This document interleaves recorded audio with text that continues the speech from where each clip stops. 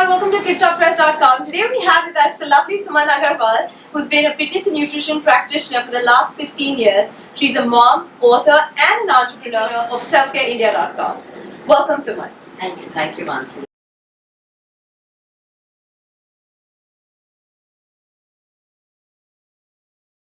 Yes, so not to omit major food groups from your diet, like proteins and fats. You must understand that a whole body, so the functions of our whole body depends on the protein and the fats which we eat. Exercise sensibly and definitely include an hour of cardio along with some toning exercises for 20 to 30 minutes. Sleep enough, otherwise you're going to fall sick. Portion control is very, very important. Right. Timing of your meal is very important. So if you go on a diet and you had your lunch at 1 and you don't eat anything till 6, because most of the people end up doing that. So you're going to grab everything which comes on your way. Yeah. So eating your meals and time. So all the major meals should be 4 hours apart. So if your breakfast is at 9, the lunch should be at 1, evening snack should be at 5 and dinner should be at 9. Maintain this time gap. In fact, this 4 hours should never get crossed. And in between, if you're hungry, you could take fillers like buttermilk, coconut water, nuts, fruits, vegetables, soups, tea, coffee. These are your fillers. So like fill up your stomach with a soup. Right. I would prefer that. Like clear vegetable soup or any soup which does not have cream in it. Then make sure your proteins come first. So don't send away the bread basket away. Right. You know, every restaurant you go to, they serve you the butter and the bread basket. Right. So my advice to my clients is that immediately send the bread basket away. Don't order again those fattening drinks, or if you're ordering alcohol, then don't order those mixes. Just Right. go simple on wine or maybe Right. beer, which is light beer. Right. So not to go on that. And then again, not to have Diet Coke. It's a myth. Yeah, it's a myth that you can have a Diet Coke or a Diet Cola and do away with calories and still enjoy your drink. I tell everyone, whether you're pregnant or lactating or any normal human being, not to have a Diet Cola. Control your carbs and don't order for fries and fattening starters. And that's it. So we have now lots of thin crust pizzas. Best way to lose weight is not to have pizzas. So I tell them the sugar craving. Sugar is still a lesser of the evil. So you can have 1 teaspoon of sugar happily in your tea coffee. But 1 teaspoon of sugar which is there in your tea coffee, vis-a-vis 1 teaspoon of sugar there is in your chocolate. Now chocolate is laden with fat or a dessert. Like dark chocolate.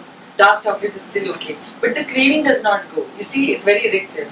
So what we do about the addiction? But if you have a date instead. Yeah. Now date has no addiction. And it's rich in fiber and it's rich in iron. Actually does good to your body. So I tell them have jaggery, have sugar and have dates.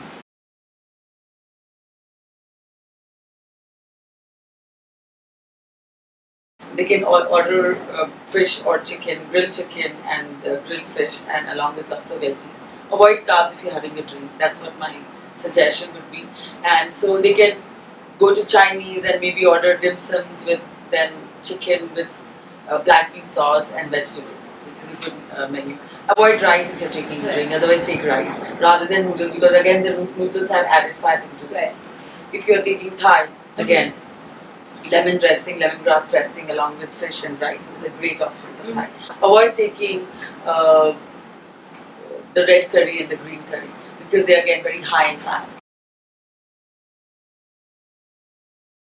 Then suppose if you go for Indian, so Indian is a tricky thing because all the dals are laden with fat. Right. So once I went to a restaurant and asked them, okay, give me the recipe of your kali dal, you won't believe that one small vati of kali dal would have 5 teaspoons of ghee.